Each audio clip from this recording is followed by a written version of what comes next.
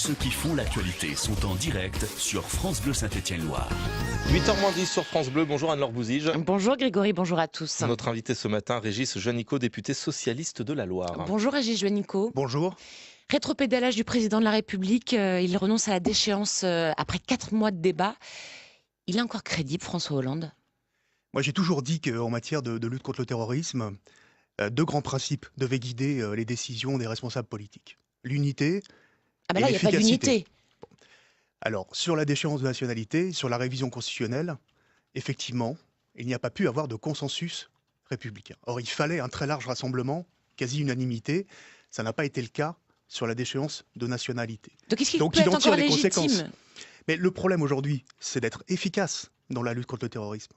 Est-ce que l'inscription dans la Constitution Et de discuter la pendant déchéance de la 4 mois, nationalité, 63 heures de débat parlementaire pour finalement rien, oui, c'est pas de la perte de temps nous avions alerté. et d'argent? J'avais notamment proposé qu'on soit sur une formule d'indignité nationale plutôt que de déchéance de nationalité qui divisait, et on l'a bien vu, entre le Sénat et l'Assemblée nationale, on n'a pas réussi à se mettre d'accord. Ça n'a pas été possible, malheureusement, mais ça ne veut pas dire qu'aujourd'hui, on ne se donne pas les moyens, du point de vue de la loi, pour lutter efficacement contre les terroristes. C'est-à-dire que même pour lutter contre le terrorisme, les élus politiques de droite comme de gauche n'arrivent pas à se mettre d'accord? Non, parce que ce n'est pas la mesure phare, comme je l'ai entendu tout à l'heure, la déchéance de nationalité. On en a parlé Ce qui est pendant important- 4 mois, Non, Régis ce qui est Juanico. important, c'est le soutien aux forces militaires qui luttent contre Daesh au Moyen-Orient, et Daesh est en train de reculer.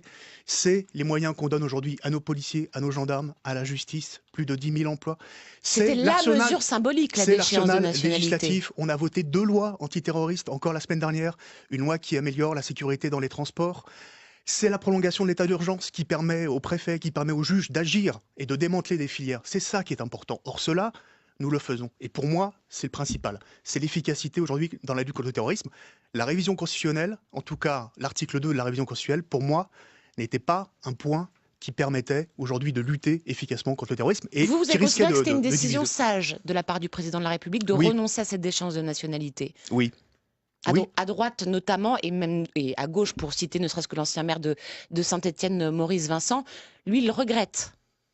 Non, il ne fallait pas que ce débat se poursuive, car tout ce qui peut diviser la communauté Mais il est nationale, divisé là. tout ce qui peut diviser la communauté nationale, et ça en faisait partie aujourd'hui, ça fait le jeu des terroristes aujourd'hui. Ce qu'ils veulent, c'est que nous perdions sur nos valeurs républicaines, et c'est hors de question. 7h53 sur France Bleu Saint-Étienne-Loire, notre invité ce matin, le député socialiste de la Loire, Régis Juanico. Il y a la loi El Khomri, mobilisation aujourd'hui. Alors, si François Hollande renonce à la déchéance de nationalité, il va aussi renoncer à cette loi travail? Pourquoi une loi travail? Il faut bien comprendre aujourd'hui ce que certains appellent les rigidités du Code du travail, c'est les protections élémentaires et fondamentales pour les travailleurs, pour les salariés. Voilà. Et donc dans le Code du travail, c'est normal qu'il n'y ait pas un équilibre. Le contrat de travail, il est déséquilibré entre Oui, mais est-ce que ça veut dire que l'employeur François et les Hollande peut salariés. abandonner si la mobilisation est trop forte aujourd'hui, Régis Pas Juanico? abandonné, mais par contre, il est revenu sur un certain nombre de mesures, notamment qui aujourd'hui affaiblissaient les protections des salariés. Et donc, on va continuer ce travail à l'Assemblée nationale. On va déposer des amendements dans la discussion parlementaire qui va s'ouvrir. Et tout ce qui va aujourd'hui dans le sens de l'affaiblissement de la protection des salariés, nous allons travailler à revoir ce texte, et donc pour que ce soit un texte qui soit favorable aujourd'hui à la protection des salariés. Ça qui est très important. Et notamment parce qu'aujourd'hui, notre monde évolue. Le numérique, par exemple, a envahi complètement le monde du travail. Il faut des nouveaux droits et des nouvelles protections, comme le droit à la déconnexion. Moi, je me bats pour mieux reconnaître le syndrome d'épuisement professionnel, le burn-out. Est-ce qu'on peut avoir ces avancées là? Vous voyez, il n'y a pas d'équilibre dans le Code du travail. Oui, Il mais n'y a Régis rien de Juanico, subordination. On voit bien et que voilà. François Hollande, d'un côté, annonce des choses, puis repart, fait marche arrière. Oui, mais c'est Est-ce bien qu'il d'écouter. tient la barre, François Hollande? Écoutez, c'est Est-ce bien. qu'il pilote Ce qu'on demande aujourd'hui? des lois de travail, c'est qu'elles soient efficaces sur la politique de l'emploi. Donc, regardons d'abord l'efficacité de la politique de l'emploi avant de voter de nouvelles dispositions qui pourraient fragiliser le CDI, qui pourraient fragiliser aujourd'hui les salariés dans leur poste de travail. C'est ça qu'on demande, nous, de l'efficacité dans la dernière année sur la question du chômage et de l'emploi.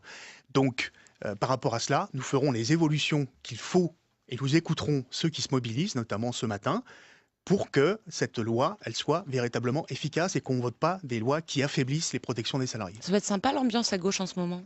Non, on est au travail et je peux vous dire que nous, on va se battre jusqu'au bout dans cette dernière année pour que, effectivement, on ait enfin des résultats. Merci Régis Juanico d'être venu dans les studios de France Bleu ce matin pour réagir à cette actualité et on en parle également avec vous. France Bleu, Saint-Étienne.